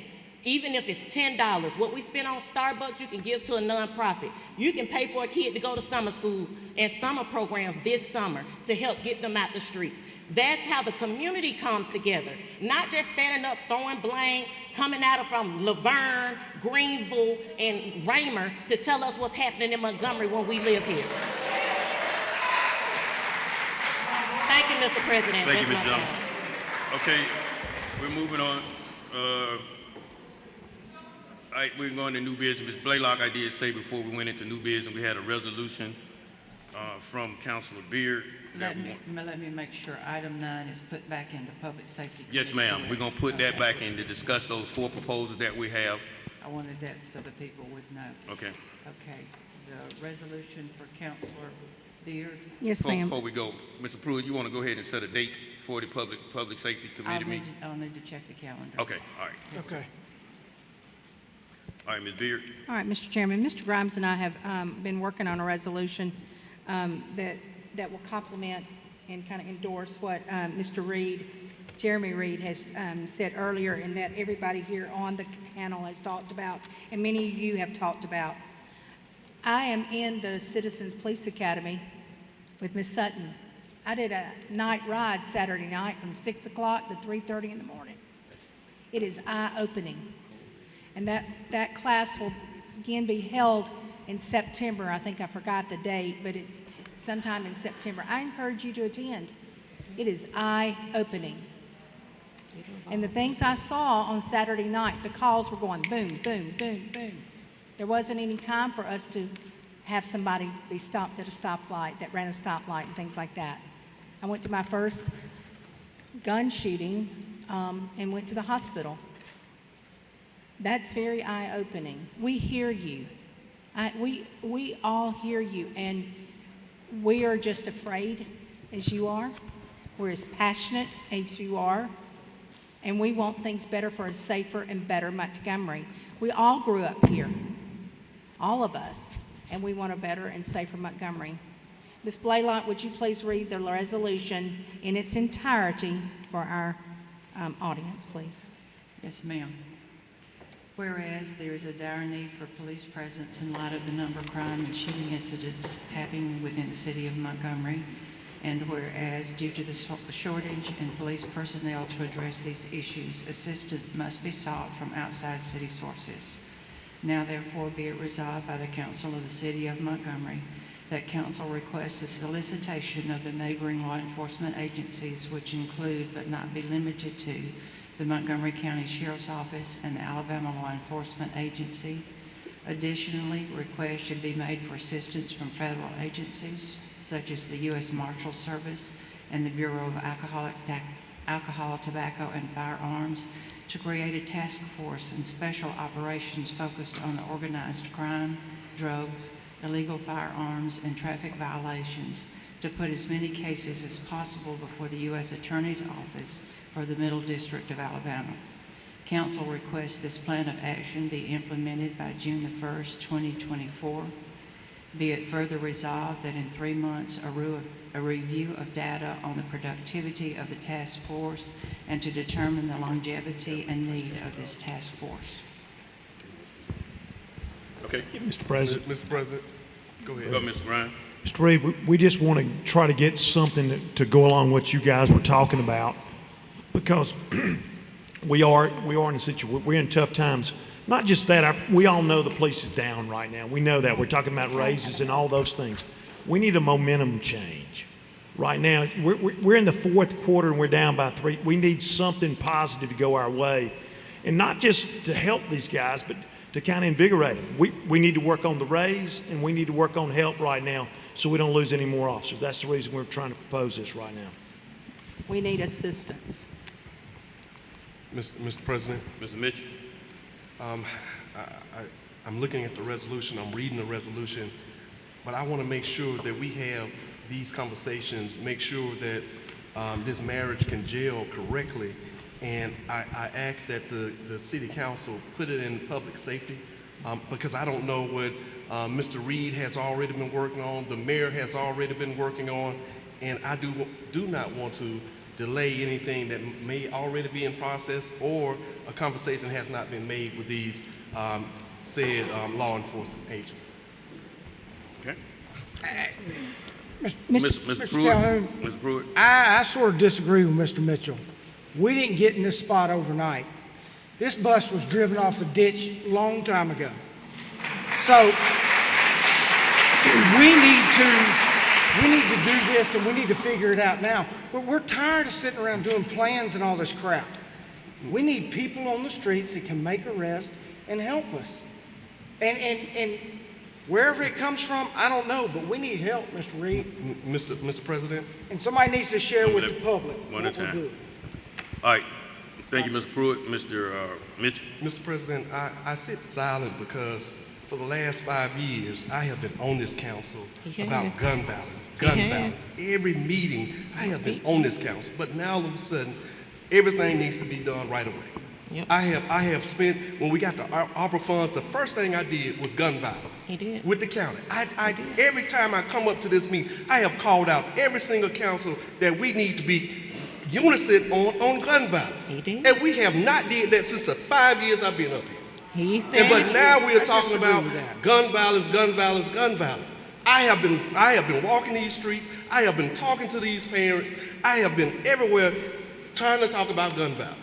And we have not did that as a council as a whole. Have you for the last 5 years? Have you put a resolution For on the here just last like this? 5 years. Let me Let's share not this argue, with let's you. not argue, Let me let's share- not No, hold on, CC. For the No, last no, let 5 years. Mr. We had Hey, hey. 438 police Hold on, Mr. officers Pruitt. in We're going to keep order. We're going to keep order. 2022. We're going to keep order. We're at Mr. 260. President. Listen, guys, ladies and gentlemen, we're going to push in the same direction. We're not going to have this back and forth. We're all on the same page on what we're trying to do for Montgomery. Now, me personally, I think the resolution is a good item, but I think it's premature because we already talked about the MOUs that we're talking about with these agencies that we're trying to work. Now, I don't have a problem with moving the resolution. It's a resolution we're asking the mayor's office to expedite this order. If that's what we're trying to do, I'm all in favor of that. But I don't think we need to go back bickering and forth about what we did. Let's push together. I just ask the community to support us. Let's support each other as we move forward because we're not going to get there fighting. We're not going to get there fighting. So I don't have a problem. We can suspend the rules on the resolution or you cannot suspend the rules. We can ask Mr. Reed and the office to continue this negotiation with these said agencies to do what we need to do to increase the safety and the vulnerability of living here in Montgomery. So I'll take a motion on the suspension of the rules on this resolution. Motion to suspend the rules. All in favor, please raise your hand. Before I make a vote, Mr. President, Okay? Julie, Ed, did you I all have a talk question on the to? floor, right? I have talked to, they are the following people I've Hold talked on, one to. at a time. The question is asked, right? So we're on the motion of the suspension. The of the question rules. was, On the suspension of the Okay, rules. all in favor, please raise your hand. 6. All right. Mr. Mitchell, you're voting no.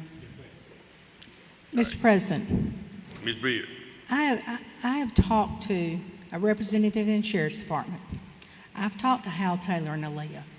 I've talked to a representative that is it's a prosecuting attorney for Attorney General's office. I talked to Darrell Bailey last night. I've talked to many Sheriff's Department patrol officers, also Montgomery Police Department. I've talked to many citizens. This phone right here burns up 24/7. This Councilor is Beard. just a minute now. That wasn't my question. I asked, did you talk to Mr. Reed?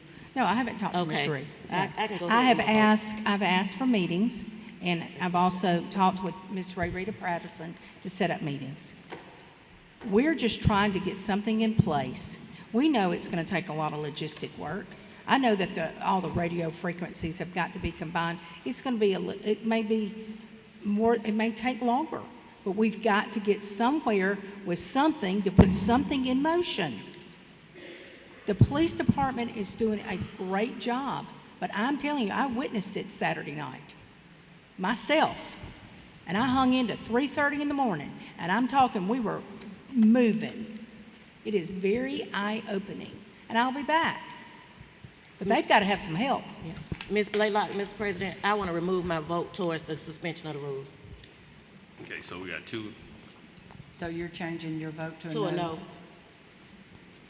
That will be 5 and 2. Okay, and we're gonna move on this agenda because we've been a while on public safety and we know it's the number one item on our books. Mr. President. Let me finish.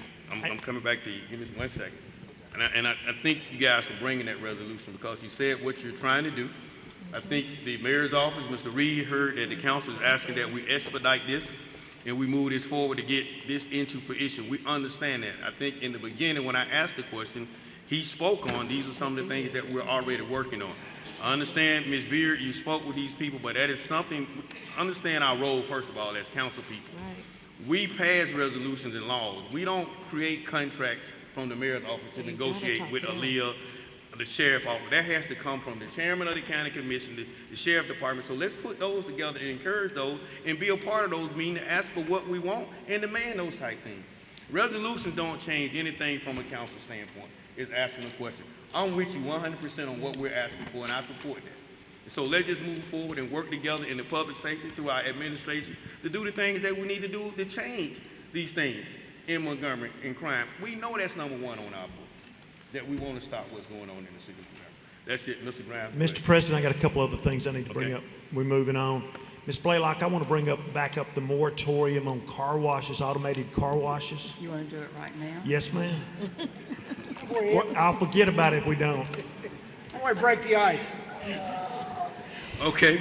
Resolution declaring a 6-month moratorium on construction of automated car washes. Yes, ma'am. All right.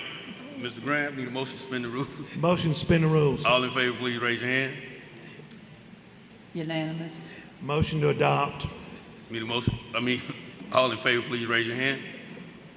Unanimous. Resolution is adopted. Thank you very much, Mr. President. I got one more. All right, Mr. Grimes. All right, we need to do a show cause on the Velvet Room. Y'all are doing these so out of order. Well, I know, but I'll forget about them. We'll get busy here in a minute. I'll forget about So them. cause on The Velvet Room. Yes, ma'am. I will have a resolution ready for the next meeting setting the show. Thank you very much. To All right. set it. All right, Mr. Grimes, that goes down for council as a committee next time. I know. All right, Ms. Blaylock. Item 10, ordinance authorizing the disposition of real property from the U.S. Army Corps of Engineers to the city of Montgomery for Whitewater. All right. Item number 10, you said we had it in the, Jim, we got somebody want to speak on that item? Jim Edwards. Yeah. Oh, yeah, I'm sorry. James Edwards from Marche and Bingham.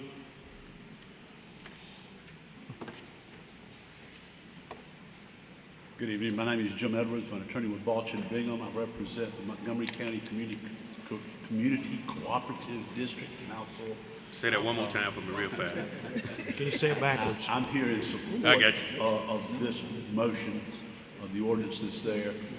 This is a continuation of a process that started this November 4 years ago when this city passed a funding agreement with the county and the district to provide for the purchase of the property that's referred to as the Powder Magazine Park. It's roughly 60 acres of property down behind what's now the water park and down to the river and down to the boat landing.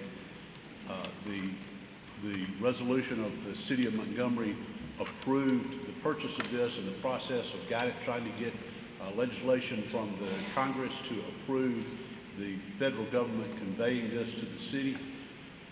And that act was passed in December 20 of 2020 to convey this to the city of Montgomery and then ultimately the city to the district in 180 days. Right. So we're 180 days out from December of this last year. We're 4 years out from the time the legislation was passed. And so now we're here to conclude this and do what was done in the funding agreement. All right. Thank you, Ms. Edwards. Any questions, Ms. Edwards? Need a motion to suspend the rules? Motion to suspend the rules. All in favor, please raise your hand. Unanimous. Motion to adopt. Motion to adopt. All in favor, please raise your hand. Unanimous. Mr. Mitchell, did you vote on that one? Yes. Unanimous. Thank you, Mr. Elwood. Item 11, resolution obligating ARPA funds to the City of Montgomery Department of Economic Development for a downtown revitalization public partnership program. Okay. This is something in our planning department. Mr. Darrell Washington, you want to speak on it, Mr. Reed? Yeah, Daryl's not here today. I'll speak on this. This is the culmination of you all voted, I want to say about 3 council meetings ago, to talk about a PPP to stand up a downtown revitalization entity. We will help try to garner retailers and also improve the appearance of downtown and make it more friendly for economic development. So that's what this is about. We are in full support of it. Hope that you are also. All right. On this item, on the public communication roster agenda items, Ms. Avis Love.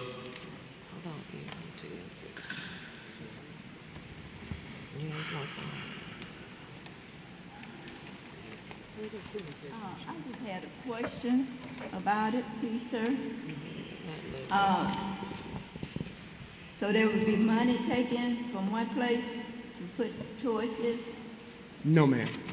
This is coming out of the council, and the mayor had ARPA funds that were for their discretion to use.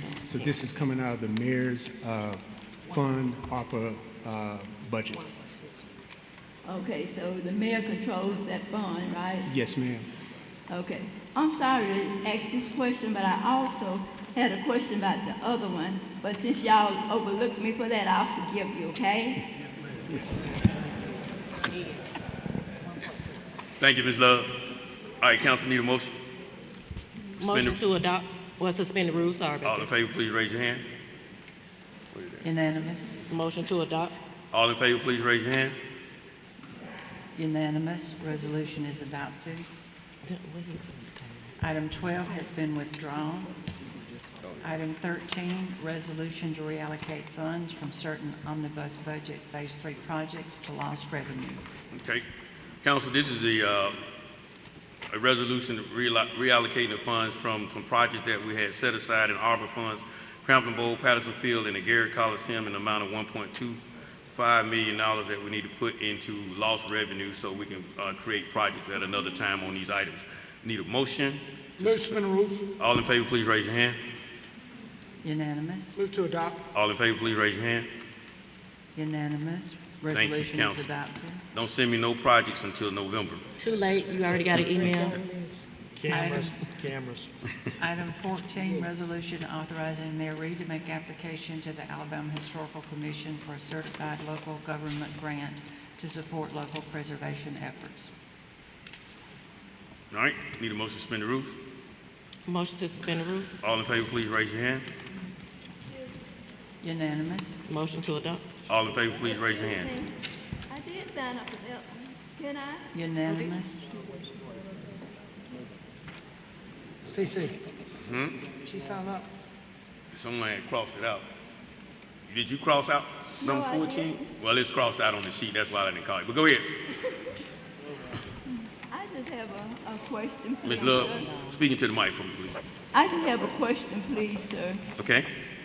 You're saying this money is to do exactly what? It's for the Alabama Historic Commission. It's local government grants to support the CLG program statewide, $2,000 total, and $61 for something with the city, and $500 from the national line. We're just moving the money to use it as another grant. Okay, what part of the city will benefit? West side, Peacock Track. Peacock Track. The west side, Peacock Track. Oh, okay. Yeah, the west side. Thank you, Ms. Love. Item 15, application for a restaurant retail liquor license doing business is 811 Grill at 2950 East South Boulevard. All right, with the representative for 11 Grill, 2950 East Side Grill, please come forward. Your name for the record, sir? My name is John. I'm sorry. My name is John Holmes. Okay.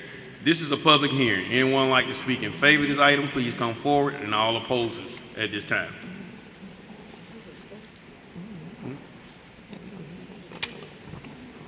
Yeah, this item 15. Mr. President. All right, seeing none, I declare the public hearing has been held as proper before the council. Mr. Mitchell? Sir, I had some issues. A lot of the residents called, and Mr. President, I'm going to ask that we carry this over so I can get on ask you about some of the concerns that they had. So if you don't mind, I would like to carry this item over, Mr. President. Did you hear me? Yeah, you want to carry this? You want to carry it over for Yes, 2 weeks, 2 weeks. and you guys can 2 get together weeks? and discuss what you need. So at that, so in the time, in between time, Yes, we can discuss and Yes. answer whatever questions. Yeah, that need to be answered. so, and they're fearful that a lot of restaurants come in as a restaurant and then change into a club, and they just want that reinsurance. And I did tell them that since I had not had an opportunity to talk to you personally, that I could not address those issues because we hadn't had a conversation. Right, So- that's a fair statement. Yes, sir. But I can go ahead and put it on the record. We ain't trying to be no club. Yes, sir. Okay, Yes, sir. And also for the record, I'm not gonna argue with anybody up here, okay? Yes, sir. All right. So I appreciate it. I'll get with you afterwards Okay. so we can exchange numbers so I can get you on that call immediately.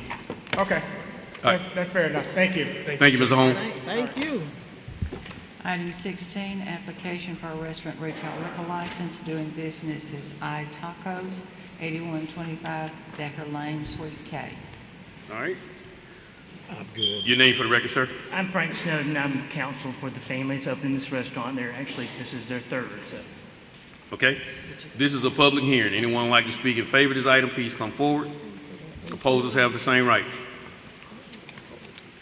Seeing none, I declare the public hearing has been held as proper for the council. Need a motion, Mr. Motion, suspend the rules. All in favor, please raise your hand. Unanimous. Motion to adopt. All in favor, please raise your hand. Unanimous. Resolution is adopted. Good luck with your business, sir. Thank you so much. Item 17, application for a lounge retail liquor Class 1 license doing business as Lion Den Cigar Lounge, 2412 East South Boulevard. Okay. Representative from Global Management, Lions Den Cigar, please come forward. Your name for the record. LaTarsha here. I did not get his name. Brent White. Speaking to the mic for me, sir. Brent White. Brent White? Brent White, okay. This is a public hearing. Anyone like to speak against this item, please come forward. I'm sorry. Anybody want to speak in favor of this item, please come forward. Petitioners here. Anybody opposed, please come forward at this time. Seeing none, I declare the public hearing has been held as proper for the council. Mr. Mitchell? Mr. White, I did have an opportunity to talk to you. If you can kind of tell us, and I like the idea that you are an upscale cigar lounge and not a club, and you're not trying to be a club. So just tell me some of your hours of operation and what demographics or what age are you guys trying to frequent your establishment? We're catering to a 35 and older crowd. We have so far set up with sofas, club chairs. We have a small bar on the inside. There is no dance floor or anything like that. We have a large patio area that is also set up with sectional seating and tables and chairs. It's more of a lounge area. We have most high-end cigars. We plan to have wine tastings, bourbon tastings, and cater to more business people, after hours, business meetings, and things like that. Would you guys be doing food as well, or you would have to get your food to cater outside? Right now, we are not planning on doing food because we don't have a kitchen. Okay. You read this, you found that. Council, Mr. President, this satisfy me? Okay, need a motion to suspend the rules? Motion to suspend the rules? All in favor, please raise your hand. Motion to adopt? Wait, I don't have full suspension of rules. Motion to suspend. Okay. Hold on. You're not opposed, but you still can suspend.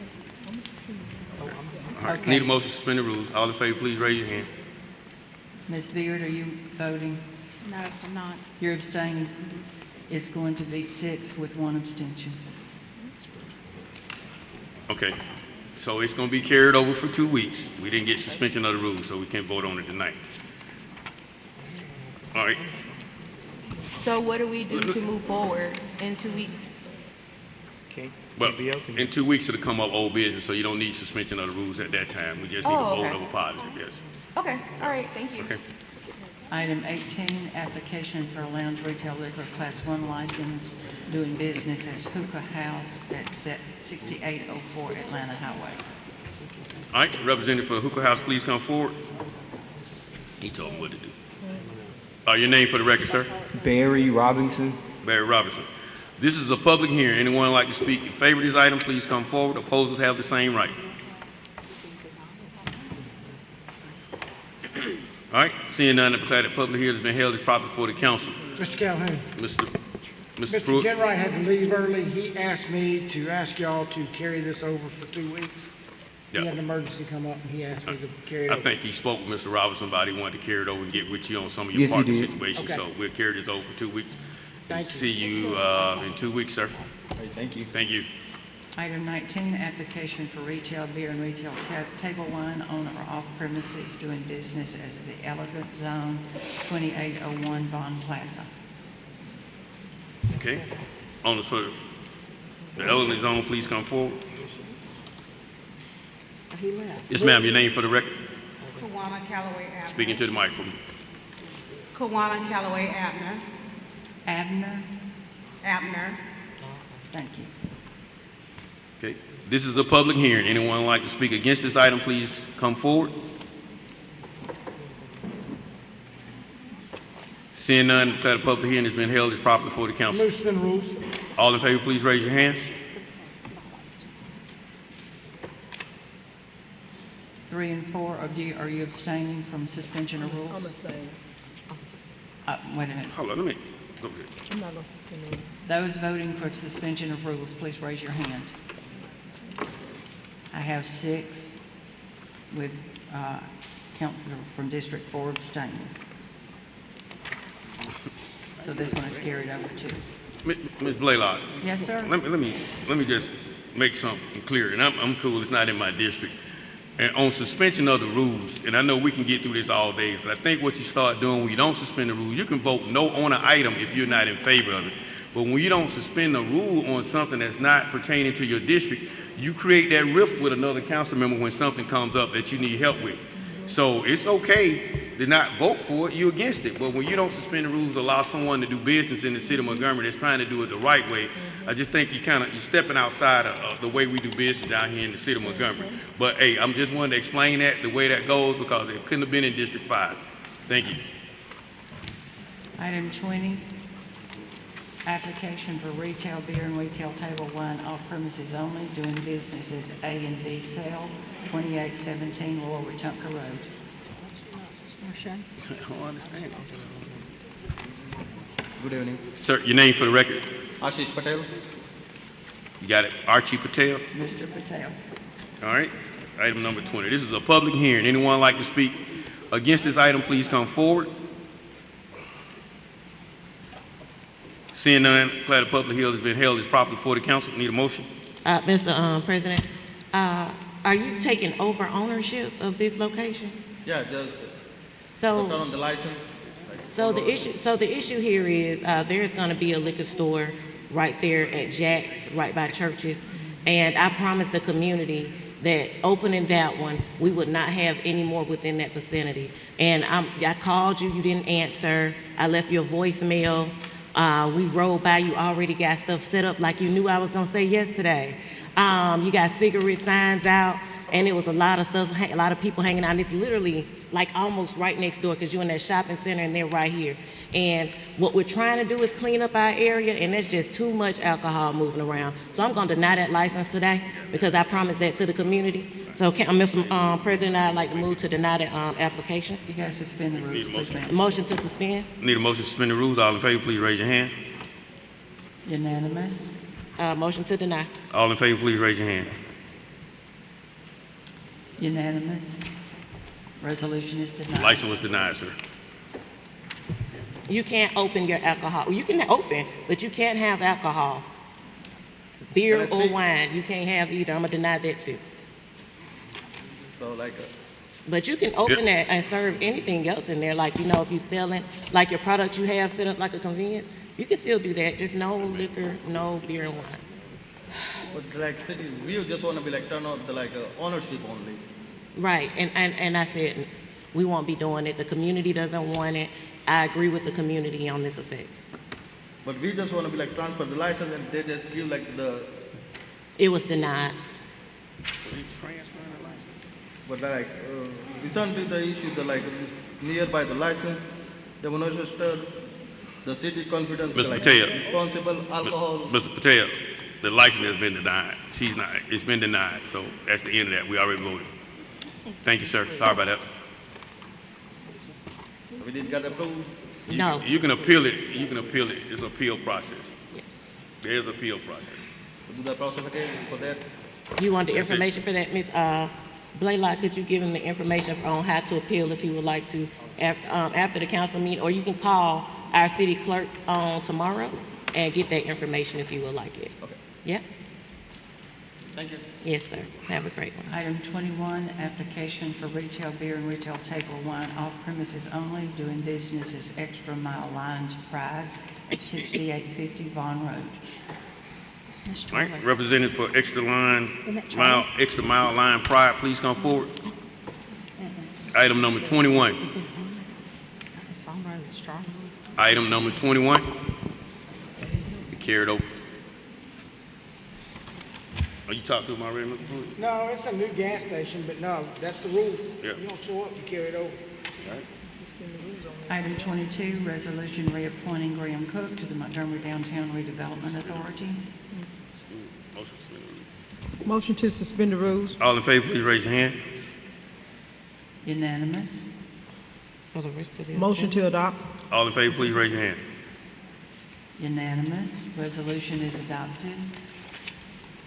Item 23, resolution assessing the cost of abatement of unsafe structures on various lots. Motion to suspend the rules for the rest of the agenda. All in favor, please raise your hand. Did you ask if there was anybody present to speak on this, Mr. President? This Oh, is number on- 23, I'm sorry. Mr. Roosevelt Pettaway. Roosevelt Pettaway, speak on item number 23. All right. Need a motion to adopt? Motion to adopt? No, we've got to have a vote on suspension of rules. Oh, okay. I thought we suspended it for the remainder of the agenda. Motion Need to a motion suspend the rules. for the remainder of the agenda. All in favor, please raise your hand. Ed did it. Ed made the motion. Unanimous. All right, need a motion? On Motion 20 to adopt. All in favor, please raise your hand. Unanimous. Resolution is adopted. Item 24, pursuant to Section 1153V1 Code of Alabama, authorization of demolition of unsafe structures at the listed location. All right, anyone in the audience want to speak to us on item number 24? We have 3 properties. All right, motion. Motion to adopt. Hold is what we need. Motion to uphold. Motion to adopt. All in favor, please raise your hand. Who made that, Mr. President? Ms. Johnson. Okay. Okay. Is that unanimous, Council? Yes. Unanimous. Thank you. Item 25, resolution declaring, authorizing, and assessing cost of abatement of public nuisances on various lots. Need a motion? Motion to uphold. All in favor, please raise your hand. Unanimous. Resolution is adopted. Ms. Blaylock, Mr. Chairman, Ms. Beard. can we go back and look at 17, please, and take another vote on that, please? You have to make a motion to reconsider. Let me get to that one. You making a motion to reconsider, Ms. Beard? I am. I'm making a motion to Hold on just a reconsider. moment. Number 17. Man, gone. Number 7? Everybody's happy. 17. Okay, hold on just a minute. This is for the cigar smoking place. You know how to get in contact with. We can get in touch with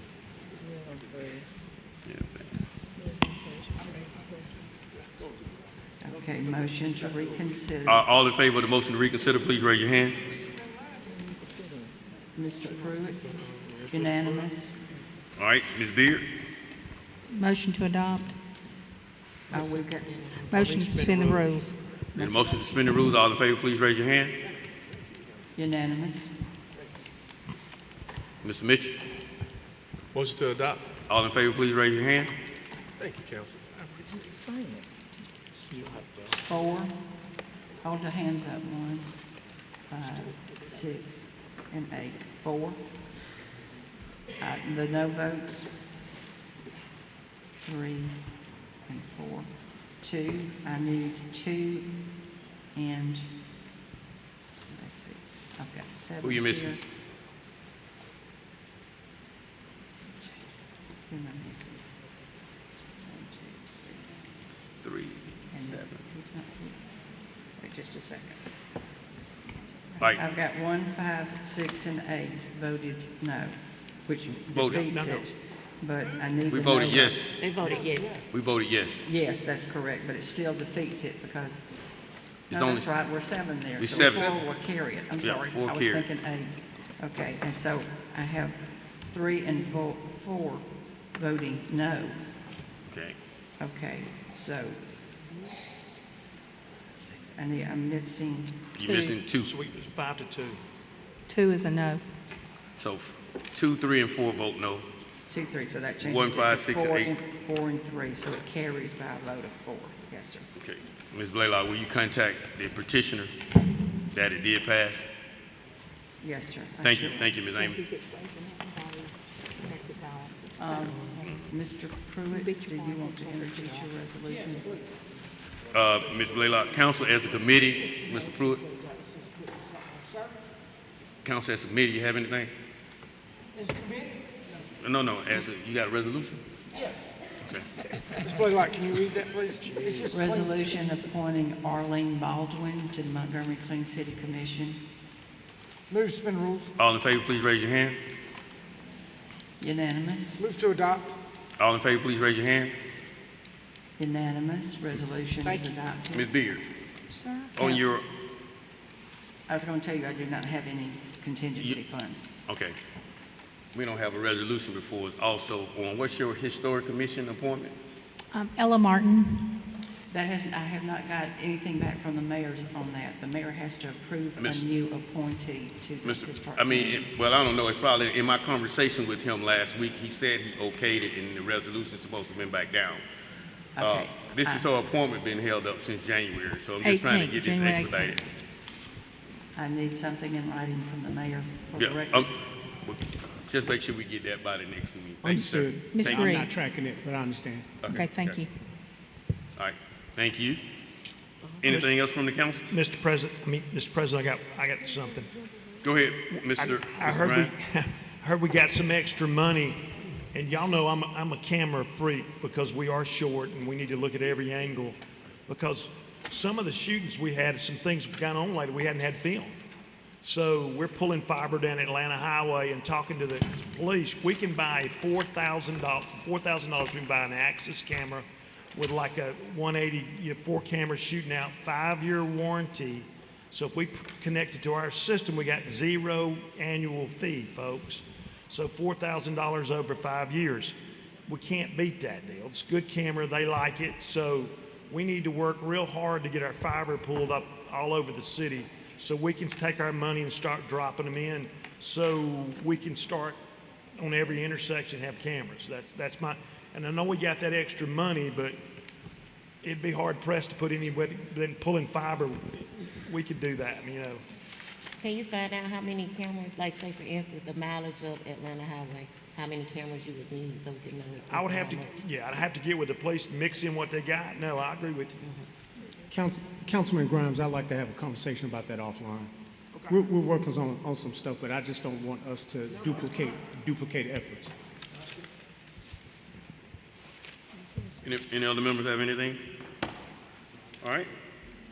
In our public communication roster, none.